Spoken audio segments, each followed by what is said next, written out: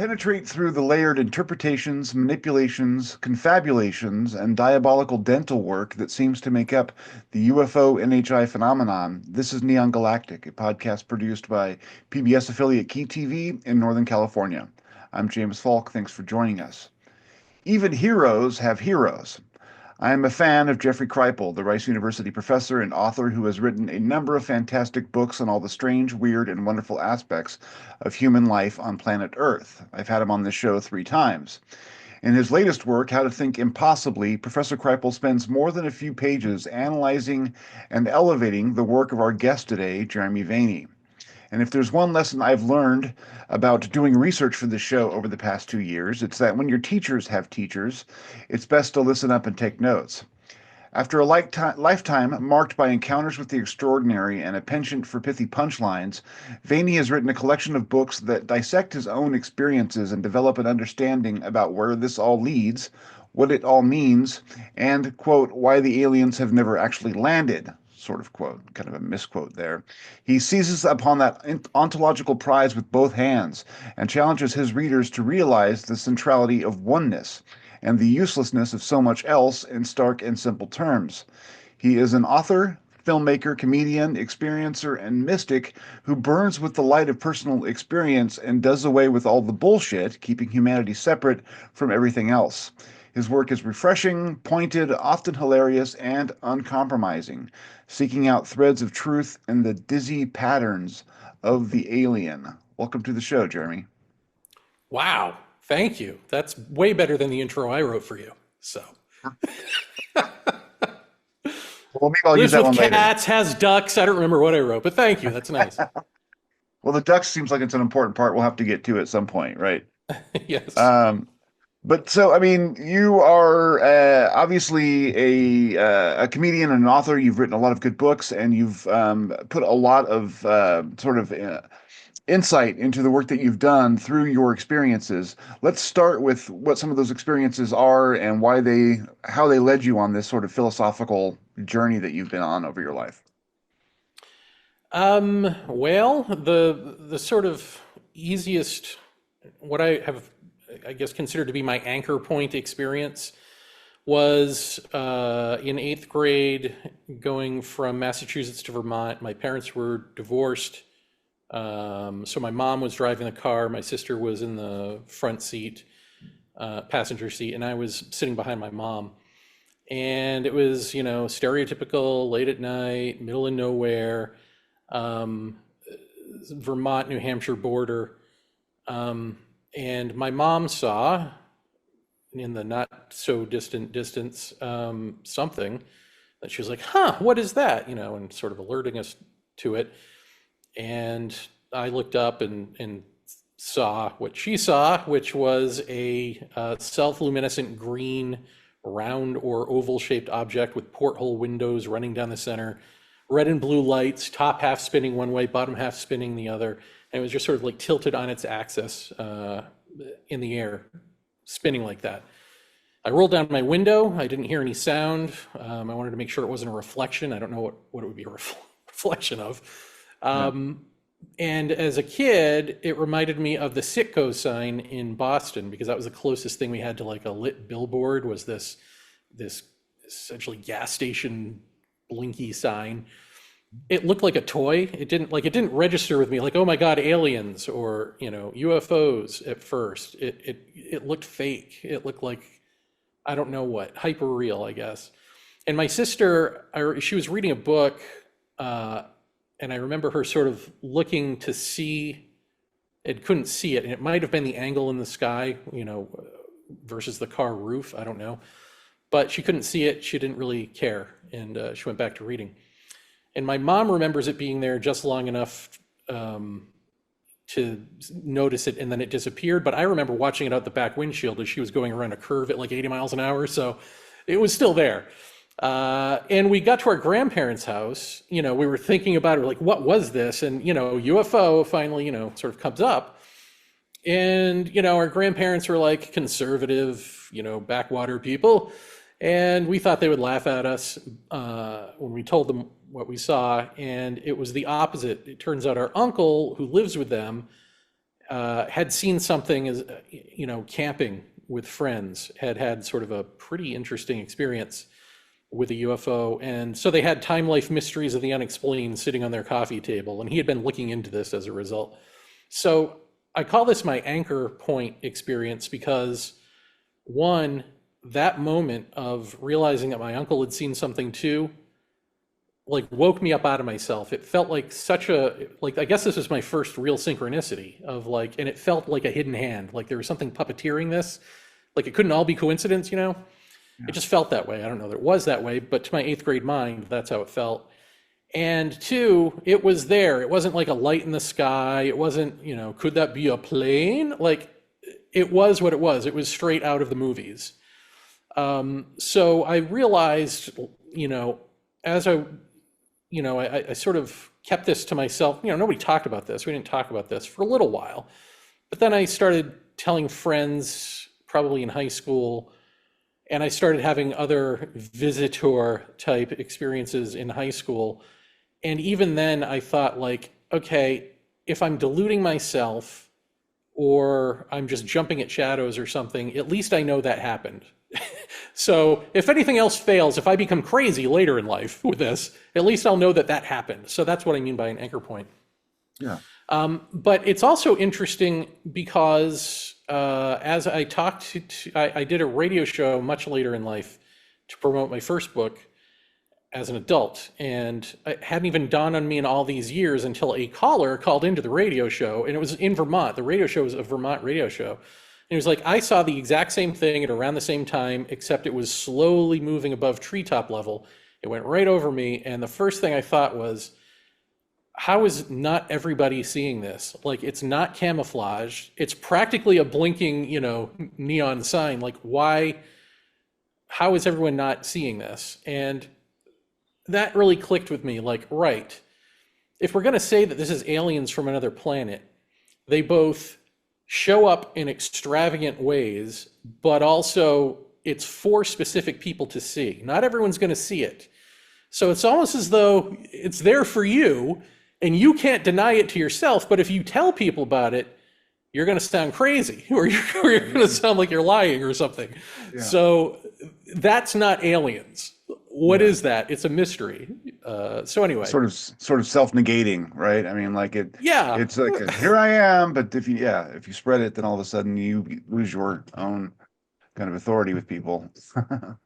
But it's interesting too because I just finished Carl Jung's autobiography, Dreams, Reflections, and whatever else, and and he says that he's talking about your own personal psychological journey, but which includes going into the collective unconscious and dealing with archetypes and things like this.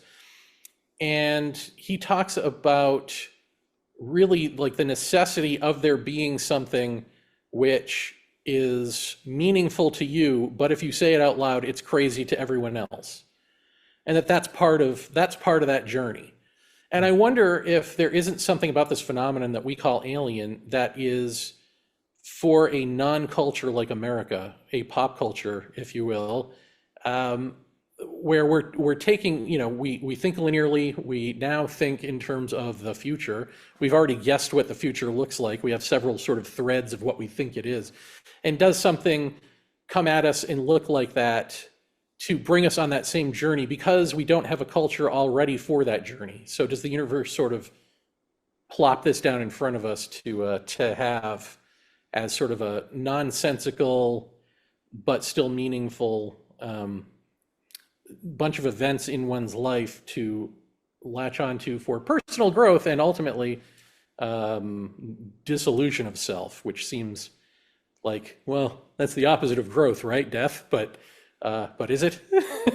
Anyway. Yeah, well, I mean, in a culture like ours that worships the self, which is, we're all about self-gratification and ego and everything else. It seems like sometimes maybe we need that kind of shocking ontological rarity, that kind of explosion to make us realize that the universe is doing something other than what we've predicted or, that we expect to happen.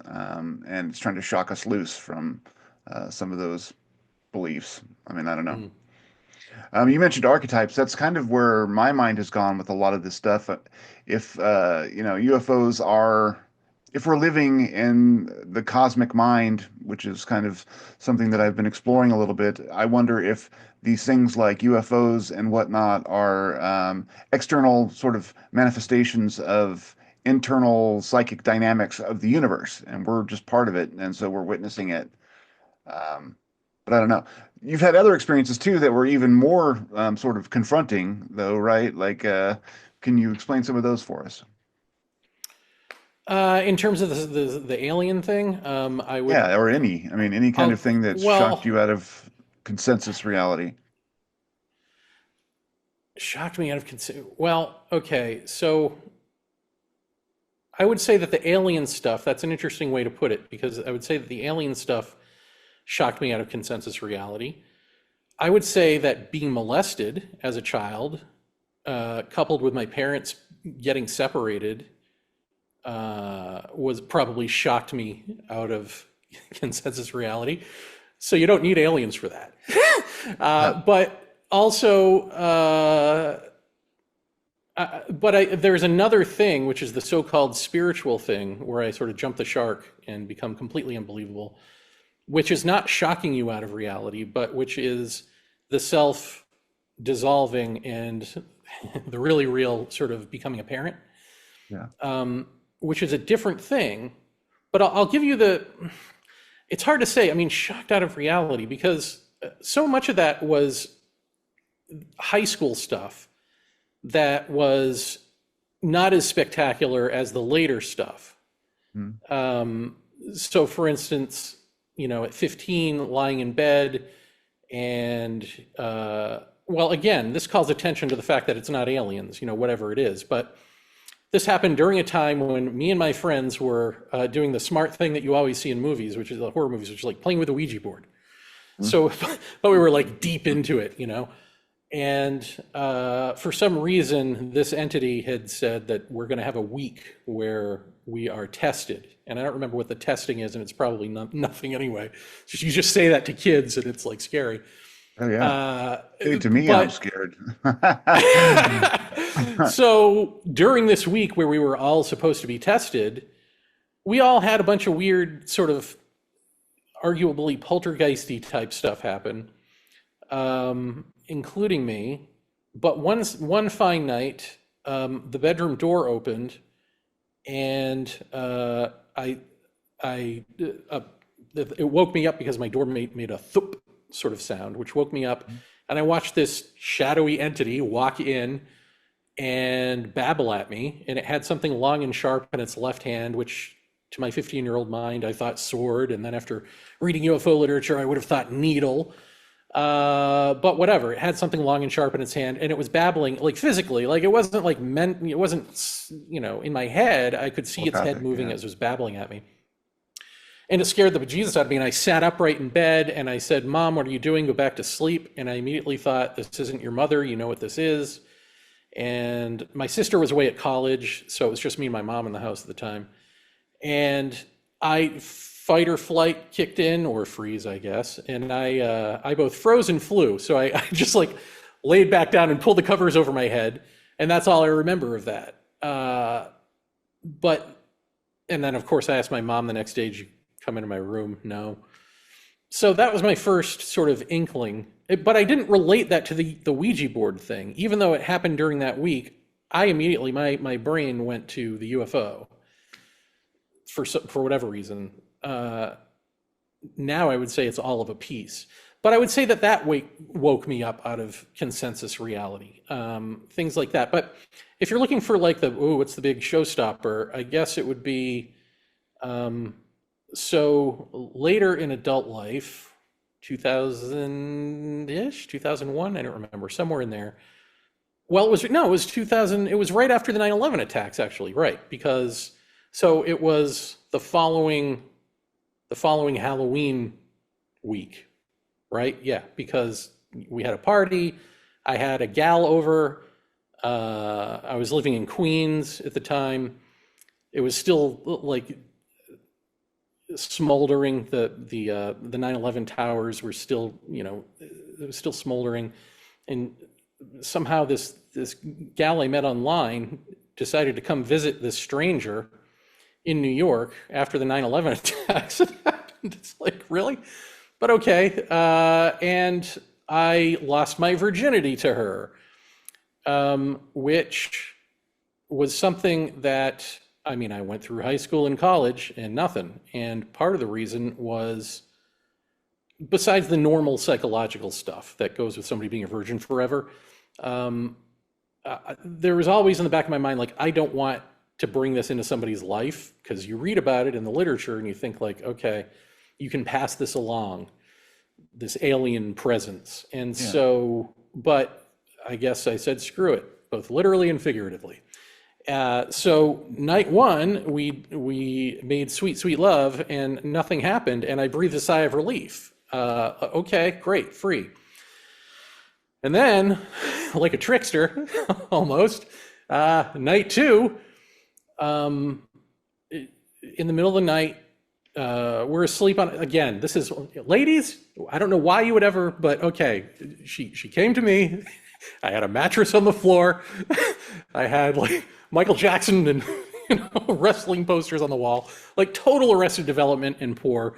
And so we're on this mattress on the floor in my room, and I'm woken up by this light coming in through the window, and I look at her, she's asleep. I sort of climb half over her and peel back the curtain, or the shade thing, the blind. And there's just this sort of blinding white light there. I can't see, normally there'd be a little alleyway there and then the next building. But there's no light in there. But I look down at her and she's asleep. It's not bothering her. What do I care? So I roll over to go back to sleep. And as I roll over and I'm looking up, and there are these three gray beings in tunics, gray to the sort of blue hue, not like gray, but almost bluish gray. The stereotype that you've heard about is true. It's the giant eyes and the diminutive mouth, and they're wearing beige tunics, and they're sort of emoting a childlike naivete, like a, hey, come with us. They don't say anything. There's no psychic communication. It's just, I just get a feeling. And even so, my reaction to that is abject terror, just, and I start screaming, but nothing is coming out of my mouth. And the next thing I know, and there's no transition, it's just literally the next thing I know, I am standing in a nondescript dark room in my underwear as I went to bed. Everything is through my eyes. It's not like a dream where I'm watching myself or something. And right before me is this row of tables, and there's a light source on the tables, but beaming down, but I can't see the source of the light beaming down. But it's that same quality of light that was outside my window. But so there's this row of tables, and on the row of tables are naked adult people.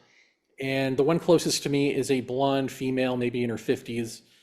And the beings just sort of gesture like this, like, yep, this is what we do for a living, like show and tell or something. Yeah. And now in this headspace, I'm sedated, I assume, because I'm calm. I'm not like screaming and I'm not feeling terror. But I am thinking, like, why am I standing here seeing this? And this female voice that what's that? You're not on the table. I mean, it seems. No, I'm not on the table. But like, why is any of this happening? Yeah. It's not even like why I'm not on the table. It's like, why am I seeing this? Like, this is absurd. And I hear this female voice in my head, who I have heard in other situations, say, because you've always wanted to remember an abduction. And I remember, that's all I remember. That's it. I get up the next morning. But here's the thing. When I got up the next morning, I remembered the conversation, and it was a long conversation. But I let it go. I don't remember it now. I let it go because at this point, I think I had written a book, my first book. I think I was writing for UFO Magazine at the time. And even so, even as that guy, you don't want this to be true. Like, when it happens to you, it's so horrifying. It's one thing to talk about it later and try to make sense of it as divorced from it, as though it's, not really you. But when it happens to you in the moment, it's just like, no, I'm not going to remember this. I'm thinking, this is impossible. This is the day after I was worried about having sex for the first time. And of course it happens the next day. Like the answer, you've always want to remember abduction. It's absurd. I'm not going to remember, forget it. I'm just going to put this out of my mind and go on with life. Yeah. And that worked for a while, but then cut to a year later, and I had a bunch of roommates, and they were actors. They'd go out on boats and do tours and stuff. And so one of them was doing that. So we had a subletting roommate who I hadn't met. And this is a year later. I get up in the morning. I go sit in the kitchen, start talking to him. Hey, how you doing? What's your name? All that. And because he must have gotten in late the night before. I don't remember why I didn't meet him that day. But my nose starts bleeding out my left nostril as I'm talking to him, which flashes me back to something that happened that night, which is, this is, again, a year later. I'm in a different bedroom. I'm in a real bed with a bed frame in the same house, but a different room. And the night before I met this guy, I was woken up by a bright light, and the window that would be in front of me was sort of off to my left, and there was no light coming in. So I, again, roll over. I seem to roll over a lot onto my right side, and where my wall should be is like this force field, this like white force field. And as I'm looking at this white force field, my nose starts bleeding down the back of my throat. This is something that needs a little more explanation, but just for now, at this point in my life, I have this energy that comes alive called Kundalini, and it does a bunch of interesting movements and stuff, but they're usually about yoga or like Tai Chi looking things, whirling dervish twirl looking things, or acupuncture, just a whole bunch of like health related and things. But that, when I went to bed, it wanted to move around on its own, and so I let it, and it pinched the bridge of my nose. Ultimately, I think it cauterized my nose in preparation for this thing so that I would not bleed out all over my bed staring at this thing in the, this light. And then my other nostril actually did bleed, and that triggered the flashback. Now, because that white light was the same light as from a year prior in the incident with the girl, that was like a synchronistic, like, okay, you can't ignore this. This really happened. Wake up, sort of moment for me. So there, that's a lot, but I just do with that what you will. But again, let me just, I'm sorry, just one more thing. Just like all of this is of a piece, right? So like there are not aliens. I just want to make it clear. I do not believe that this is psychological, personal stuff. I believe there's another intelligence involved. I don't think we completely have the answer to what it is, but it's not aliens from another planet or another dimension who are using their tax dollars to wait for a dude like me in Queens to have sex so that the next night they can come in and go, surprise! You know what I mean? Like, that doesn't make sense. So what else is it? That's why we need to look at all the other sort of what I would call translogical explanations. They transcend and include logic. And because they transcend logic, the logical, rational mind can't quite grasp them. And if you're too logical, that trans part will start to look illogical. And so you'll think it's a bunch of gobbledygook, but really it's above your pay grade. So there you go. No, I think that's important stuff that you just mentioned, that whole last part. There's very, I mean, but you are getting chosen for some reason. I mean, right? Or is there a choosing? If there's another intelligence, why are people like you having these experiences, but people like myself who are very interested in the topic and, do a lot of work, whether spiritually or otherwise, and am invested in this kind of things, basically have a hard time triggering them? Like, I've done a lot of work to try and examine for my own self whatever transcendental realm I can find through meditation, through other practices, but and that's difficult for me, but I'm managing to get some growth there, I think. But then other people are just clubbed over the head with this metaphysical kind of these happenings that are just mind-blowingly complex and seemingly rich with symbolic meaning. Why is it happening, and why is it happening to them is sort of the question that I have. I mean, you mentioned in your books that at least that there's that we're all kind of there's this mystical oneness about what reality ultimately is. What's the purpose then to communicate to individual people and the broader population? What do you have any sense of what purpose that might serve? Um, well, God, there's a bunch of ways that I tend to answer that. And the first way is to just say, like, it's got to be someone, you know? Like, it may Mhm. be as simple as that. Just like, why me? Well, I mean, well, like, why does someone win the lottery? Not that this is enriching, unless you've got to do a lot of work to make it enriching, right? Or else you can go crazy or just be in fear. Um, but I would say that's one answer. The other answer, something that I've figured out through doing a lot of interviews with experiencers, is that there seems to be quite possibly a dangling carrot that is given to you in early childhood to maybe everyone, and at least in our culture, other cultures may not need any of this. Right? Yeah. But in our culture, at least, a dangling carrot that if you tell your parents about it and they tell you, oh, you were just imagining things or you were just dreaming, and they're successful in that, then you ignore it and you go on with life because there is a give and take. Like you can cut this off if you want to in some way. And I think it happens to a lot of people early on where they're just like, oh, this is imagination, this isn't reality. And so it just goes ignored. So it never builds that feedback loop. I think that's another thing. But also, there may be something, I don't know. I mean, it's hard for me to talk about myself in some way without feeling like self-aggrandizing or something. But if I have to, I would say that as a kid, I don't know what your childhood was like, but I know that like as a kid for me, like I would like we would go to a store and my mom would be talking to like, we'd go to like a shoe store and she'd be talking to the shoe store person. And I'd be standing in the mirror emulating their conversations, pretending to be mature and breathing the way I hear them breathe, doing these sorts of inhaling and licking your lips as and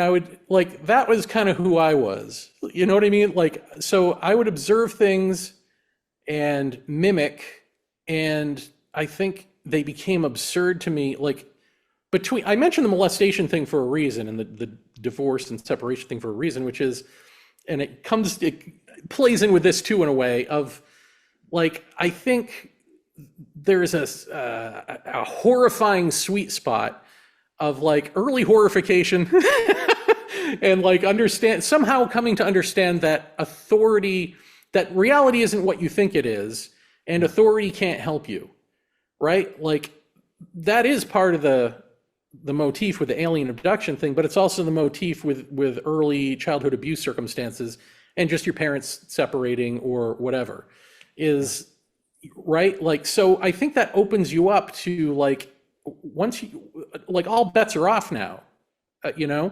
so nobody can really tell you what reality is at that point. Like you can't, even if you consciously think you trust it, I think unconsciously there's some part of you, the hurt child or whatever, who thinks not. And as a kid standing in a mirror emulating adults, I also had this sense of an absurdity to it.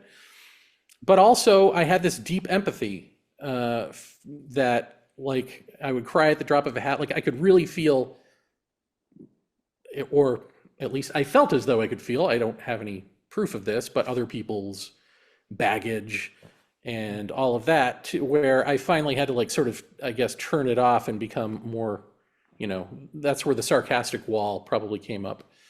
So so that might factor into it, this sort of sensitivity, this not having, not being told, being able to trust the people who I should trust to tell me how reality should work. That might play into it. But also, I've heard this time and again from people who say what you've said, like, I've tried to do X, Y, and Z. Why can't I have this happen? And I'm not saying I'm trying for abductions, but I am trying for no, but some sort of visionary experience, Well, that might, I don't know if that's different or not, We'll see, but but yeah, I do it's know that like if you have deep conversations, I think that that can trigger it, you know? And I think people think that because that the act of desiring it is the deep conversation that you're having with yourself, and that's not it. Like you, it has to be something else where the person, you know, I don't know how Carl Jung would have, the person of the, you know, sort of surface level has to give way to the person of the depths who then goes exploring or whatever. And I feel like deep conversation can trigger that in a weird way where because you're in conversation, you have to be out here, but this person wants to go in so badly. And there's this sort of betwixt and between state where like your computer may shut down, you know, the lights may flicker, you may have like weird stuff happen and then weird dreams that night. And then maybe voila, the vision that you've been looking for. But it has to be that level of like really needing to get at not just, oh, I want to have these visions, but like, you know, that we've probably at this point in our history forgotten that there's a pit inside of us because we've been covering it over with crap as a consumer culture. And now we're scared of all the, you know, boogeymen outside of us that in politics that who has time. But we're lacking that certain something inside, and that used to guide us to look for it.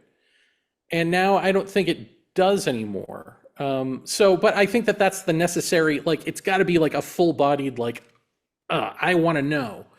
I want to know the truth, whatever that is. Not just like, I want to have visions and all of this. And that's kind of, I mean, I was on to that I want the truth part of it with this alien stuff right away. So I guess I was fortunate in a sense of like all of the paranoia about the government military programs, Roswell, Area 51, all that sort of stuff, I got out of my system. The disclosure stuff, I got out of my system at a very early age, mainly thanks to Whitley Strieber and then Jacques Vallée, just basically saying, keep open to the question. We don't know what this is, and it probably isn't aliens. We could probably say what it isn't, but we don't know what it is. And that was very helpful. And a lot of people don't get to that point with it, let alone at an early age. But it's because I really wanted the truth. And again, this is hard to say without sounding like an ass. But like a lot of people say they want to know the truth, but really what they want is to like cover it up with a story that makes sense to them and then believe that, you know, or be the hero in their own journey and have it be a sort of self-fulfilling prophecy or like a role-playing game or something like that. It's really tough to like just say no. And to be like humble enough and honest and childlike enough to be like, no, I want the truth. I don't know anything. This stuff is happening and I don't know anything, even though I'm reading all about it and I'm experiencing it. At the end of the day, I don't know anything. What is this? yeah, So but I wonder. do that. Yeah, well, I mean, I also think though, I mean, is it really? It's not like, I mean, to my mind at least, I'm not just out looking for that, you know, that glamorous visionary experience so that I can put the pelt on my wall or whatever. And I've done enough experience, you know, interviews with folks like yourself and research with folks like Jacques and Whitley and all those people who have been on my show and other shows that I've done. It's I think that there is something that about a select few group of people who have, whether it's biological differences or some kind of enhanced sensitivities through whatever reason, the same thing might be reflected in psi talents. Gary Nolan talks about differences in experiencer brains that may allow them to tap into some level of ontological reality that the rest of us aren't as easily able to reach. So I don't know if it's just a matter of like people who have the right idea about what is behind all of this are the ones that get to have the experiences. Because I think that there are a lot of people who have the right idea about the nature of reality who don't have any experiences. And then people who But you have can very have weird ideas about what the nature of reality is, who have things that just confirm exactly what they believe. You know what I'm saying? The experiences are all over the place, and as are the opinions. So I don't see a one-to-one yeah. match there. Well, I would say that like Gary Nolan's full of crap. That's one. I mean, you don't have to believe anybody. You don't even have to believe me. So just keep that in mind, right? Like Jacques Yeah. Vallée at this point to me is problematic. In some ways, Whitley Strieber is problematic, though I appreciate their earlier contributions. Gary Nolan is a waste of time for me. So just because he's got, letters after his name, that doesn't mean you have to believe the guy. He's useful in this for other things, like being able to say, like, yeah, that mummy you stole from South America is human. That's okay, good. Let's put that to rest. But when it comes to like experience or brains are different, like you don't shut up. What are you talking about, dude? He says he has the science to verify it. I mean, I haven't seen it. Great. Then exactly, and nor will you, nor will it be peer reviewed. But let's just put it this way. First of all, who's an experiencer, right? Like that's one question. Like you just have to believe me to believe this. I don't know. It's problematic, but I do want to say that I don't know that what I just said, any of the stuff I just said, is the answer. There may be a reason, maybe someone chooses you or something. I don't know. That has never been explained to me. But I almost feel like it's still not important. Not really an important question, because even if it is that you're chosen to have these experiences, those who are chosen aren't all coming to the same place with it, right? Yeah. Necessarily. And so to me, it's more fruitful to say, like, okay, the phenomenon is in my life. I don't know why it's in my life, but it is. Yeah. So what is it? Again, getting back to the truth. Is it what the culture has told me it is? That it's aliens or interdimensional aliens, just moving the goalpost a little bit? Or is there something else? Is that like sort of just a presentation that I can understand with my forward-thinking mind, my linear forward-thinking mind? And there's something else that, once I get that, will change the nature of this relationship.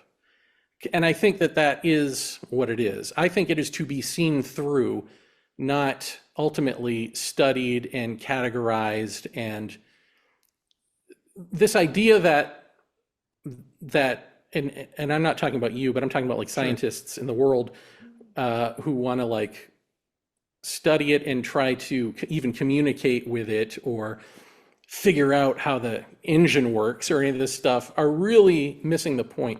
Like, you have to suppose that what we are right now is the pinnacle of the human being, that we are the whole of what human nature is right now. And that as that, we are equals with whatever this is, which even in our own mythology, we say are higher beings. Mm-hmm. But if they're higher beings, what we want that to mean is they're technologically superior. And so in that role or whatever, in that scenario, we could, if they just explain to us their technology and their biology, we could probably understand it, right? Like, why couldn't we? So higher must actually mean something different than what we want it to mean. And so is there just something about them that is if we are to be equals with them, do we have to be like them in a way? Which is to say, I mean, I'm making a leap here because we haven't gone through the steps, but non-dual. Do they have non-dual mind? Do they have something that, timeless mind? And our mind comes from our body. Our mind comes from, human consciousness, the ego, the self, comes from the brain, comes from the body.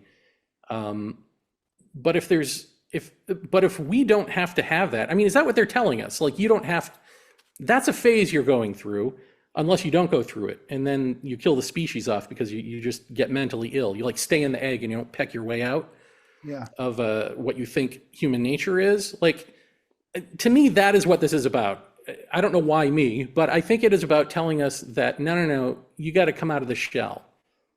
It's not about the technology and all that. All of that was just like, that's just a play so that you'll pay attention to us and we can kind of be perceptible to you. Yeah. But really, it's up to you to see beyond that. You don't have to see beyond that. You can just go crazy with it. But if you do, you're going to sort of fulfill yourself as a species. Does that make sense? Yeah, absolutely. No, I think it totally makes sense. Because I feel like I'm trying to like take a bunch of, lectures and a lifetime of experiences and like condense this into an hour. and it's Yeah, kind no, of that's tough the to do. nature of the podcast, right? But I wanted to say Unfortunately. something like we were talking about earlier. Like you're talking to me and I'm asking you, does this make sense? And you're saying, yeah, sure. And you came to like thinking about it in terms of non-duality, or even just unconventionally within the 3 years that you've been looking at this, which is Well, an yeah. awful short time, which is like commendable amount of time to have like seen through the spell of aliens to be like, that doesn't quite cover it. I don't think that these people are all delusional, but that doesn't cover it. What else is it? So what do you attribute that to? Because you're saying why me like with this stuff, but why do you think you were able to see through the facade of aliens in about 3 years' time or less? Even less. I think it was partly a function of where I started. I mean, like, I started with Diana Pasulka, and all I came built in with a bias against the alien story, right? Like, I mean, I having grown up a materialist and gone to school and done all the things that were supposed to make you a rational human being, the alien story, at least the common alien story, seemed too far a stretch for me to go ontologically. But then having read Diana Pasulka's book, American Cosmic, which was the first one that really gripped me as there is another intelligence here potentially that is having an impact on our capacity to innovate and do other things. And, here's a serious scholar from a serious university writing this book and talking to serious scientists who all attest to this. So that got me on the idea that there is some intelligence that's interfering with humanity's fate and development. And then just through the cascade of books that I went through, I mean, John Keel talks about it's not simple. It's like a trickster thing. It's basically there's more under the surface than there is on the surface, and so we need to think deeper about it. Jacques Vallée talks about the nexus between sort of fairy culture and the alien, and how they're both kind of wearing the masks, like the cover of Passport to Magonia. So all of those things, and it's really a school within the movement now. I mean, like if you just follow the right people and have the right conversations, there's probably, I would say, half of the people that at least that I'm dealing with most of the time are on some level in this non-dual thread. It's whether they go as far as to say it's purely spiritual or whatever else, but the idea is basically that consciousness, through the work of people like Bernardo Kastrup and whatnot, can be argued is not locked solely within our bodies, that it may be a function of some kind of field within the universe, and that we're all sort of siloed bits of that same universal field. And that makes a lot of intuitive sense to me. So, those arguments, which I find compelling, have kind of just they arose simultaneously with what I was learning about the alien aspect of it. Now, I haven't learned how to, in my own thinking, to justify or to sort of, have it make sense where so many experiencers are experiencing very particular, specific kinds of alien beings and very, typical kinds of abductions through, getting lifted out of their homes and these things that get reported over and over again. That doesn't make sense for me yet in a non-dual context, but I find that, I don't want to say explain this away, but I can fit that within my thinking by, the idea of a trickster or it all being some sort of somehow symbolic experiences that are meant for each individual percipient to kind of trigger them off in their own ego, whether it's individuation or to kill off the ego. I mean, ultimately, I think it's like we were taught in culture through Jung and whatnot that individuation is the journey. Well, individuation is, if it's even in the journey, it's only a midpoint because we're supposed to ultimately maybe reject the self. And so maybe Jung was leading us astray all along. But anyway, that's how I've ended up there. It's not through my own work. It's through a lot of other people that are having these same discussions now. And I also had a pre-existing affinity for Buddhism and non-duality and the idea that, if we quiet ourselves, there's a genuine kind of holistic connection we can find, whether you want to call that spiritual or not, whatever. Okay, So does that so answer your then, question? yeah, yeah, thank you. And that helps me to maybe help you and your listeners here with saying something that's not just babble, babble, babble, Yeah. which is what I feel like I say. But if I could just hone it in a little bit. Yeah, Um, no. so the other part of my journey or whatever is this non-duality thing, Yeah. which on the surface isn't connected to the alien stuff. And yet it is, in the sense that, like, I don't know that I would have ever looked at this stuff had the alien stuff not been in my life. Like, I think if the alien stuff's not in my life, I'm the skeptic who's like not even in this, like not a skeptic like, oh, that's all crap, but just the guy who goes, I'm not paying attention to that. That's garbage. Those people are nuts. Like, that would be me if this didn't happen to me. But because it did, I can't like poo-poo everything, even though I still want to, like chakras or, like things that like I put off for a long time with my own prejudice, because you still want to be sane or appear to be sane to other people. You can't just believe everything. Yeah. But oh boy, can you. So at some point, I discovered, much like you came to me, I was reading Ken Wilber, who's an integral philosopher. Yes, I'm familiar. Love the guy. Okay, so Maybe I Ken should- Wilber, I remember reading something by him. Basically, I had a roommate who was like, hey, you're into aliens? You're into that crazy stuff? You should read Ken Wilber. He's Get a load into of crazy this. stuff too. And Exactly. lo and behold, it has nothing to do with this stuff. And in No. fact, Ken Wilber doesn't believe in any of this stuff. Yeah. But he's a genius and he says big words, and I was intrigued by that. So, because I didn't know these big words, I'm like, I want to know big words. I'm going to read Ken Wilber. But eventually, I read where he said he cut his teeth on Jiddu Krishnamurti. So I was like, who's this Jiddu Krishnamurti? I want to know the teacher of the teacher, right? Yeah. I'm a fan of Jiddu Krishnamurti as well. In fact, I'm going So, up to the Krishnamurti Center in BC later this year. Yeah. Oh, cool. Okay. So so I found a bunch of his books for like $5 on the streets of New York. They just sell them in the East Village, or they did at the time. And I just got a few and then read them, and I thought, oh, this is crazy. This is like, it actually angered me. What I was reading was so antithetical to how I thought about like life, the universe, and everything, that it was angering because it seemed just stupid and crazy. But because I realized Ken Wilber and various other, famous people swore by him, I thought, okay, it's got to be me. I'm missing something here. It's got to be my own stupidity. I'm going to keep reading. So I kept reading, and then finally it clicked. And finally, intellectually, I understood what he was saying. And then I just started reading all of his stuff. And at some point, he talks about positive negation. And he talks about it mostly in terms of, like, you can't say what these concepts in quotes, these aspects of reality that are not created by the mind, but exist whether we do or not, such as beauty, love, that sort of thing.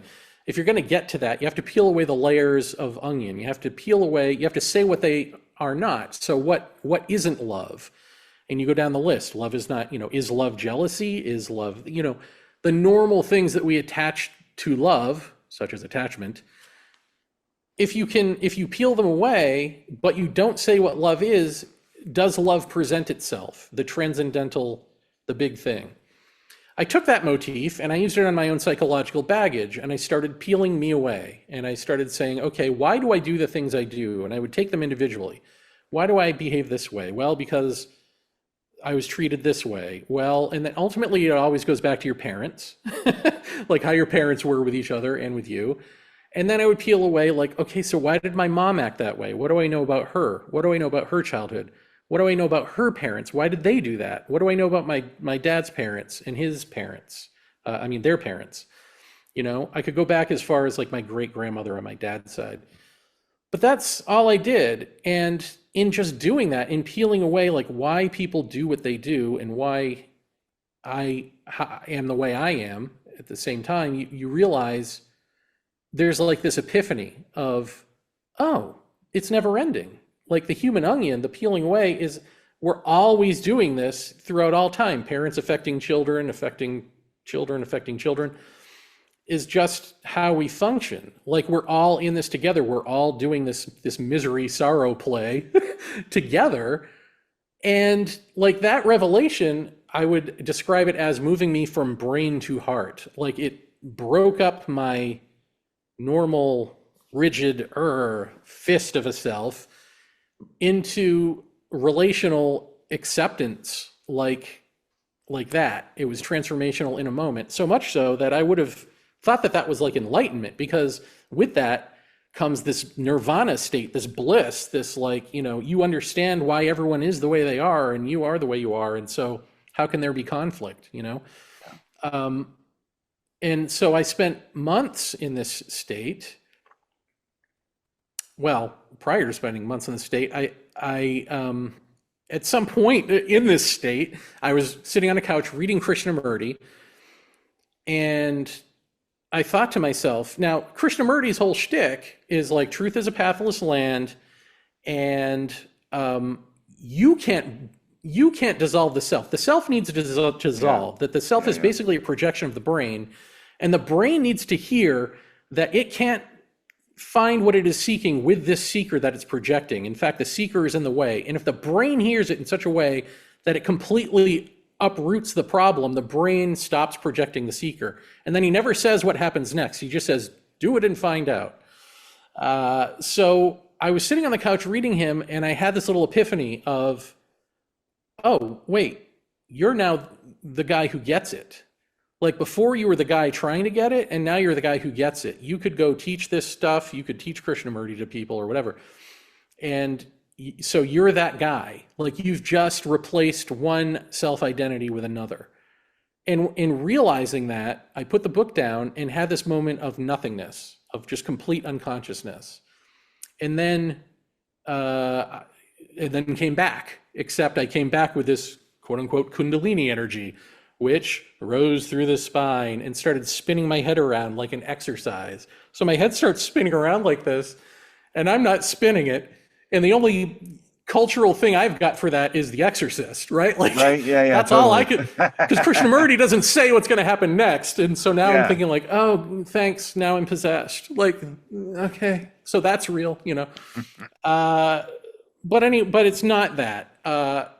And that is a long other conversation, but it is to say that, like, as you're talking about why aren't I having visions and stuff, it just reminds me of that, of like, it's about getting rid of self. It's about the brain getting rid of that person. It's not even about you doing anything to get rid of that person. It's just about, and it's harder to do when you're full of knowledge, because you either think you're onto something or you're trying, or you're analyzing, or you think you're a master of it.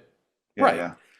It's almost better to be dumb and gullible, Yeah, no, absolutely. And that's what I do a lot of meditating. Daily, I'm trying to do an hour a day.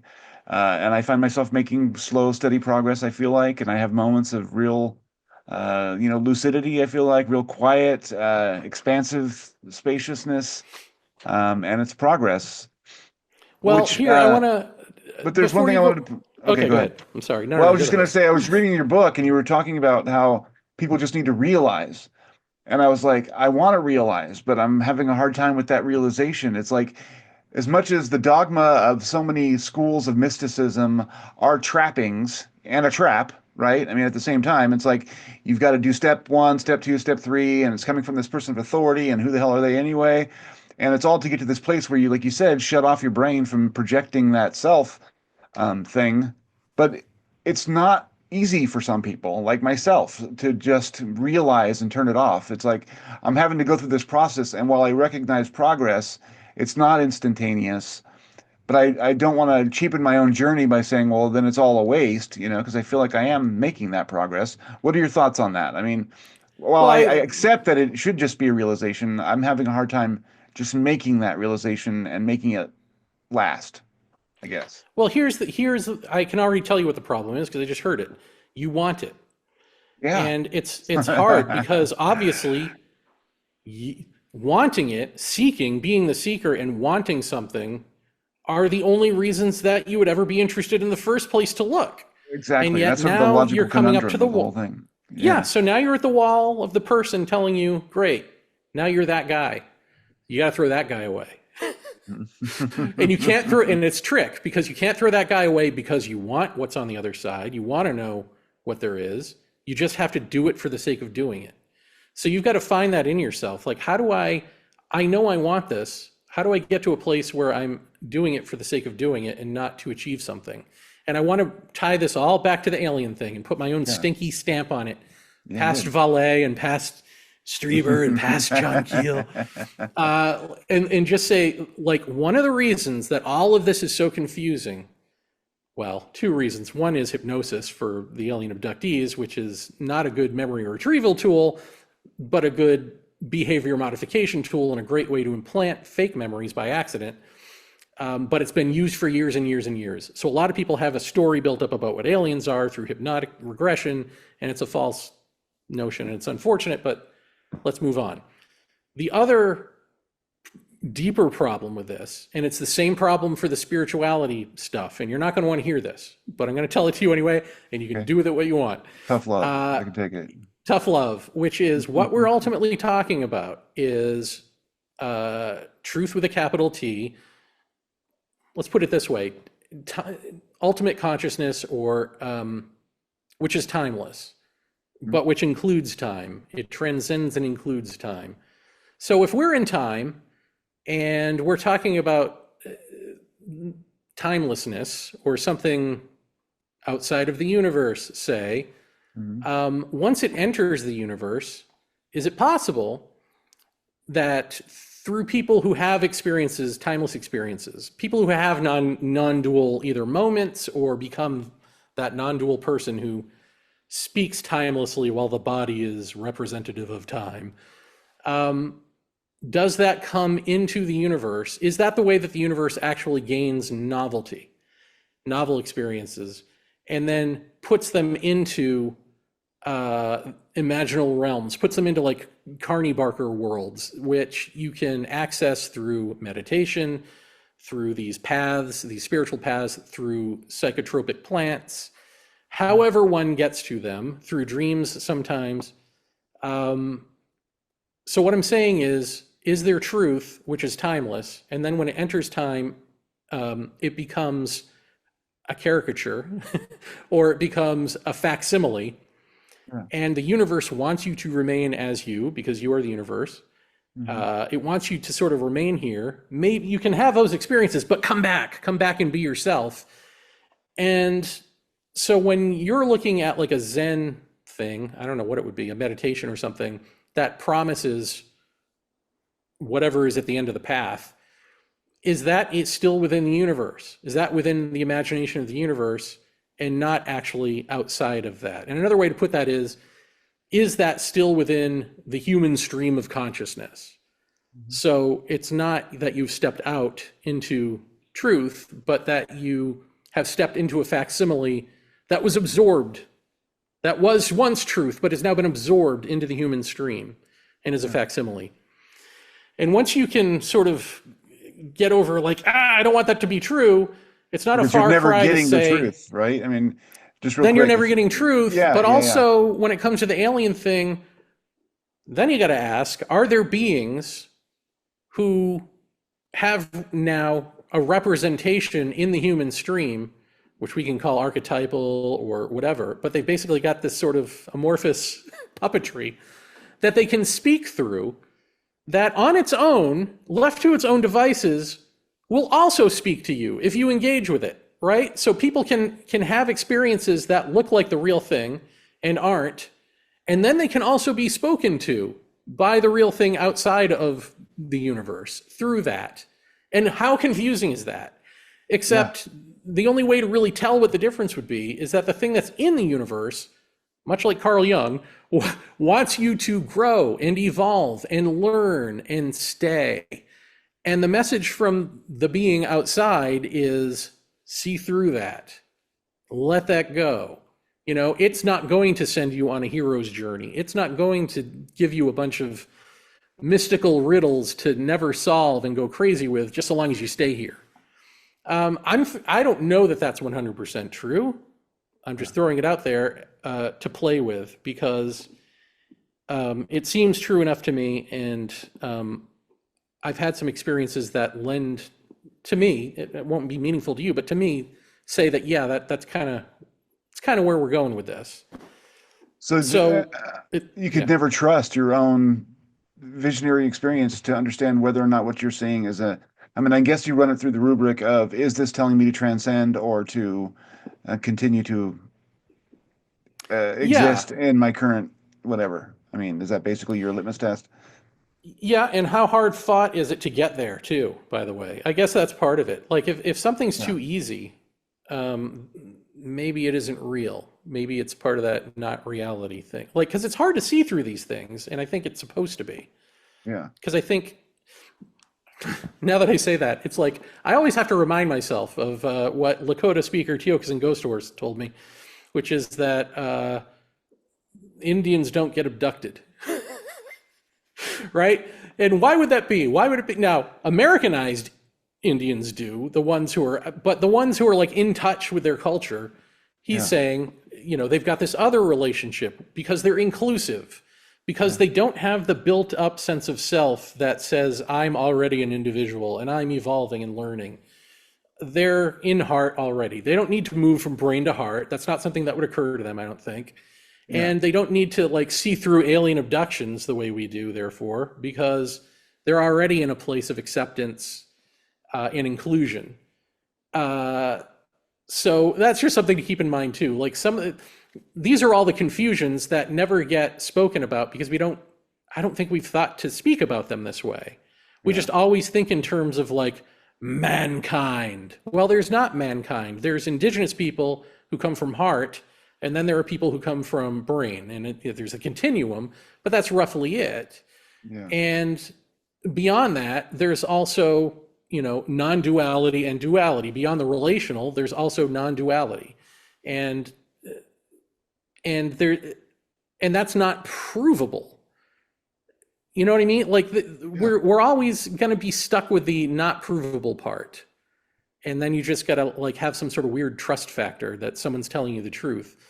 Yeah. But it's Faith. only yeah, faith, but it's only useful to the extent that like um I don't know. To me, like it all goes back to like to the extent of like, okay, well, I'm going to try to figure this out on my own.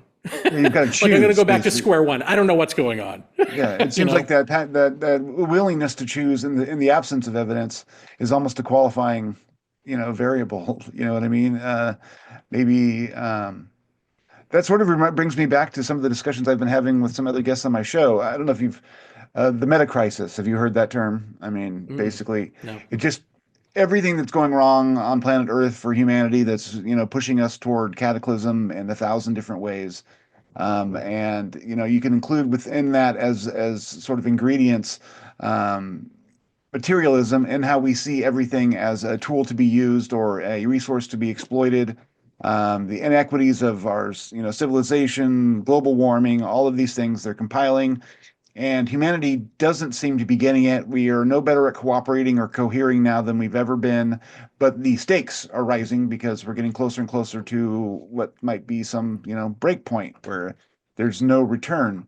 Um, Part of what some people are hoping, obviously, with the UFO phenomenon is, the aliens come down on a cloud and they're like, we're going to save all of you. Here's some glorious technology and some free energy, and everything will be better, or, whatever. Then there's also the fact that maybe we'll just find free energy in a flying saucer that'll allow us to do fusion, and all of a sudden, a lot of our problems are taken care of. They represent the sort of messianic kind of Right. archetype. Um, Absent that, it seems to me that some kind of non-dual realization among the human species, at least a critical mass, is the only way that we'd begin to adapt to an approach that could have some kind of long-term future for the species. And so that always kind of points me back to the idea of there being some sort of species archetype that's making these realizations kind of spring upon people so that we can make that shift in time to save both the planet and ourselves. And whether you want to believe it to be the spirit of the earth or, anthropos, the humanity's own personifying spirit trying to save itself or whatever. What do you think the chances are of that? And how do we go about making people have that kind of not making, but encouraging that kind of realization, or is it a lost cause at this point? Well, again, I'm going to steal from Teox and Ghost Horse. White man stealing from Indians once again. Um, Earth doesn't need saving, right? Yeah, Like there's always that. Earth is going to go flick. That's the answer to us. I Yeah, mean, as you're talking about all this, it's just interesting because really what it comes down to is we've decided that it is better to live in our imaginations, to live in the crap that comes out of our own head than nature, yeah, than and to treat nature as material. And like this pushed for, on the one hand, we've all from my childhood and beyond that even, but in my childhood on, told ourselves what AI and robots will do to us, right? And it's never a good story. There's no happy ending to that. yeah, And yet here we are going, AI is the future and there's no stopping it.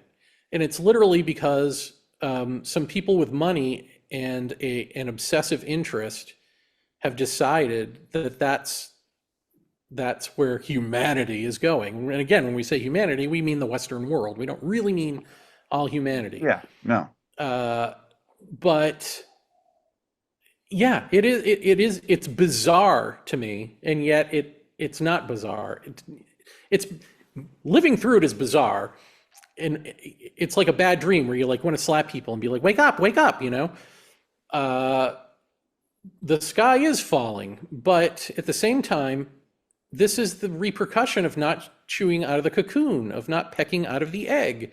When you put the HD TV on the eggshell and go, this is home, you can live there for a good long time, but eventually you die off because there's another thing you have to do here, which is fly. yeah. And we don't want to fly. We want to watch it on TV and say, there, I flew.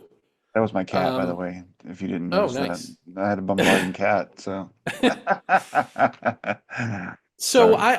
I don't think, I think when we talk about the world ending, what we're really talking, I mean, to my mind, it really means that Earth is reforming and Yeah, going to breaking up with us, basically. I mean, like, breaking up with us and starting over. And again, indigenous peoples from various cultures, not all I'm sure, but various cultures have talked about they've been where we are already and that this is cyclical and that the next thing will come too. So maybe that's true. Does that give anyone any solace? I don't know. But I mean, either way, like we got to get off the human ship here. We don't have to wait for actual physical death to have death to die while the body remains alive, for this thing that we call the human psyche to give way to truth. This is something that we can and must do, and yet that language is faulty because there is nothing that you can do except see that it ain't working, you know, and just sit with that. We have to be uncomfortable, you know, inside, not just like the panic of, oh, what do I do? The world is crumbling and my stocks are falling or whatever. But like actually feel how we are inside, feel that original hole, and just see that normally responding accordingly would mean that you plug it up in with diversions, or that you seek spiritually through these paths, and that none of those have worked because we're constantly still on this pendulum between good and bad decisions here. You can always choose away from it. So how do you get to the choiceless place where right action is the case, where, you know, how do we get to that? And again, what's the one thing that we haven't done? We haven't stopped, Yeah, you know, we haven't just sat, not in silence, but being silence. That silence is consciousness per se. It is this ultimate consciousness in which all of this crap is unfortunately happening. And this crap is always going to be happening, but does it have to be you? Do you have to be doing this crap? yeah, So there's no like quick and fast way to it. It's just let this conversation sink in, you know? There is a state of the stateless state, which is silence, And you can't get there through the noise of trying, through the noise of wanting, through the noise of breath work and meditation and trying to quiet your mind down to just the one thought, which, feels better because it's quieter, but it's not silence. So just seeing the fact of what I just said, if you see it deeply enough, that's it. The fact of it breaks you, and there be silence if such a thing exists.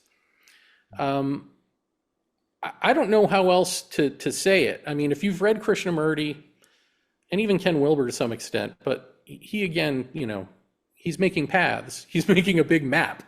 And there's words, lots of labels yes, and words. Yes. Lots of colors, lots of words, lots of coding, lots of specialty language that only rich white kids are going to like.